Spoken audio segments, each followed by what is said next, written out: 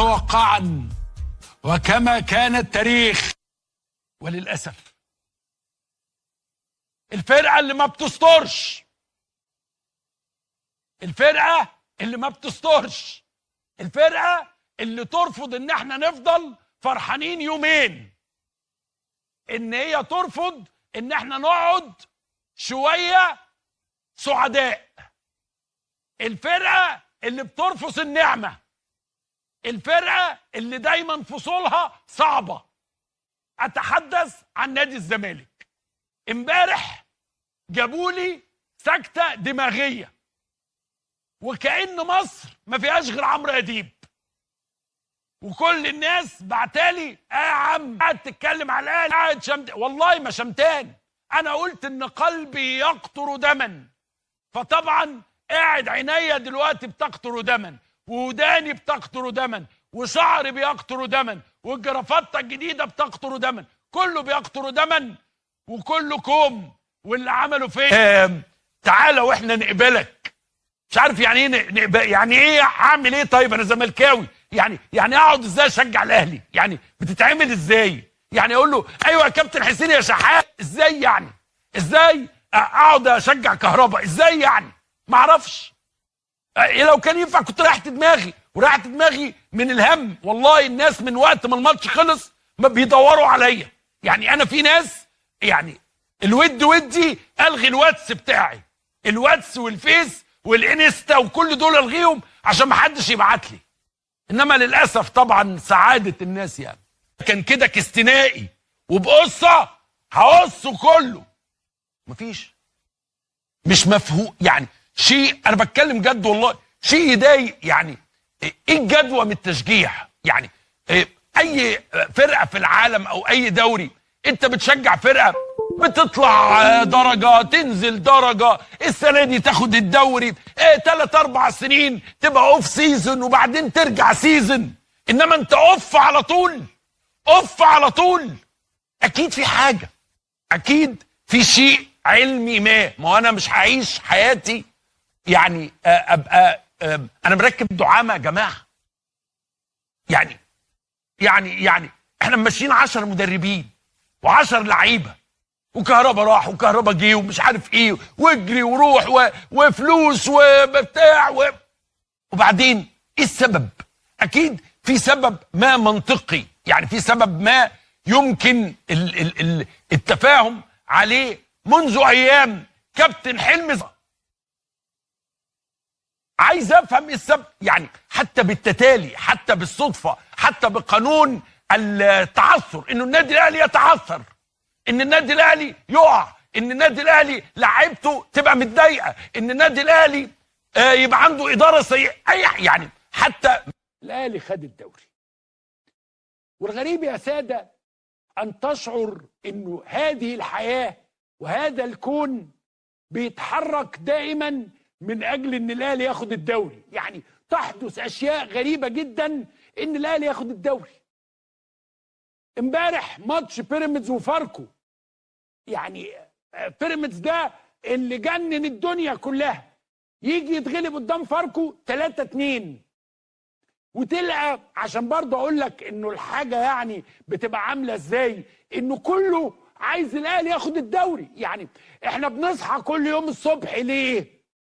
مش نوع الشغل، لا، عشان الاهلي ياخد الدوري. احنا بنذاكر ليه؟ مش عشان ننجح في امتحانات، لا، عشان الاهلي ياخد الدوري. احنا بنعمل طرق وكباري ليه؟ مش عشان لا، عشان الاهلي ياخد الدوري. كل حاجه في هذه الحياه معموله ان لا. يعني الماتش يخلص امبارح تلاقي احد مسؤولي فاركو يكتب لك ايه؟ يقول لك مبروك لفاركو وللاهلي. يعني حتى فاركو بيلعب عشان الاهلي يكسب. طبيعي، عادي جدا.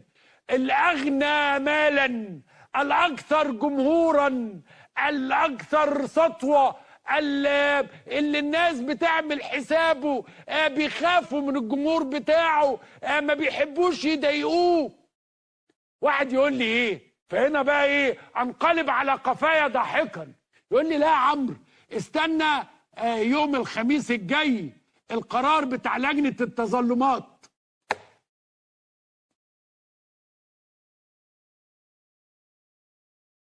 انت عايز تقول لي ان يوم الخميس الجاي هيخصموا من الاهلي 3 نقط اضافيه؟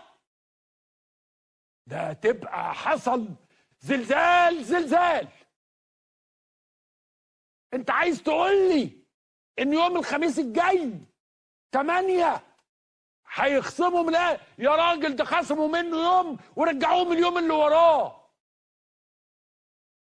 ده نسيوا انه انسحب.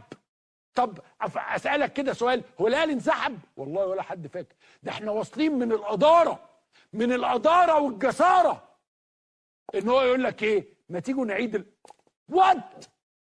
نعيد الماتش.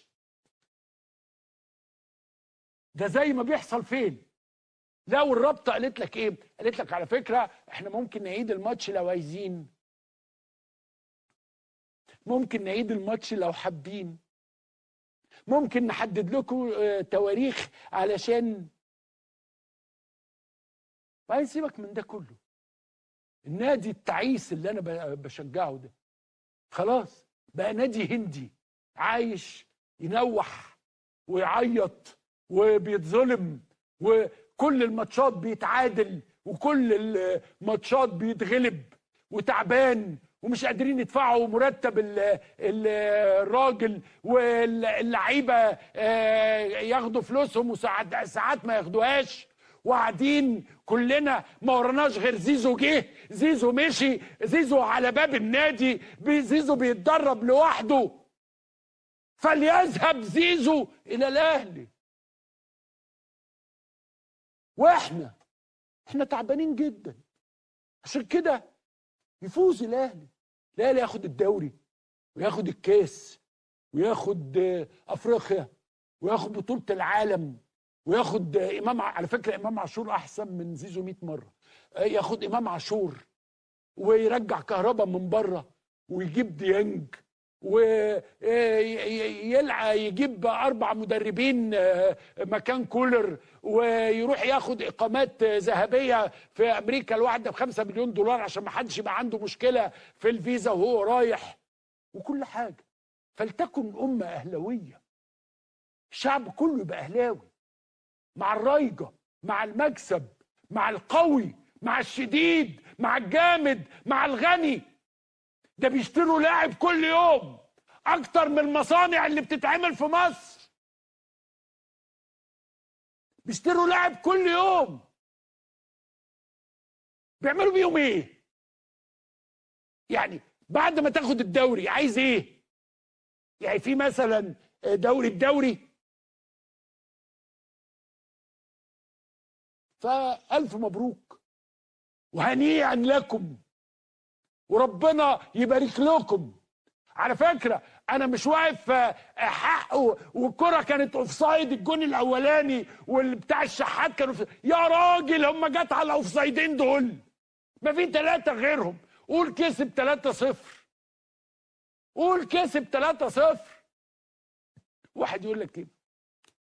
يقول لك لا بس خد بالك هو باقي 4 ماتشات وفي فرق نقطه لصالح بيراميدز. يا راجل هو ده الاهلي اللي انت تعرفه؟ ده بيراميدز على الاقل هيتغلب 4 ماتشات او 2 او يتعادل 3 والاهلي يكسبوا من ال4. ده الاهلي دايما كده، ما تسالش ليه. على فكره يا جماعه انا كان شعري زمان كاستنائي كده بينزل على عينيا وكنت اقعد انفخه فوق، شعري ده كله وقع من الاهلي. محدش عنده حظ الاهلي، الدنيا بتلف عشان الاهلي. مش هي كوره؟ هي الكوره دي بتاعت الاهلي. ازاي بقى وليه وايه الاسباب وبتاع؟ نبقى نجيب ندوه تاريخيه ونتكلم فيها ونقول المساله اتوطدت ازاي من زمان. انما الزمالك تعبان، بيراميدز ان هو فرط في الماتش ده تعبان، والاهلي ياخدوا بقى وفي حسام عبد المجيد وفي يا جماعه احنا وصلنا لمرحله انه في لعيبه في مصر، انا بقول لك معلومه، بيتصور لها شنط فلوس عشان تمشي من النوادي بتاعتها. يعني يصوروا له كده شنطه الفلوس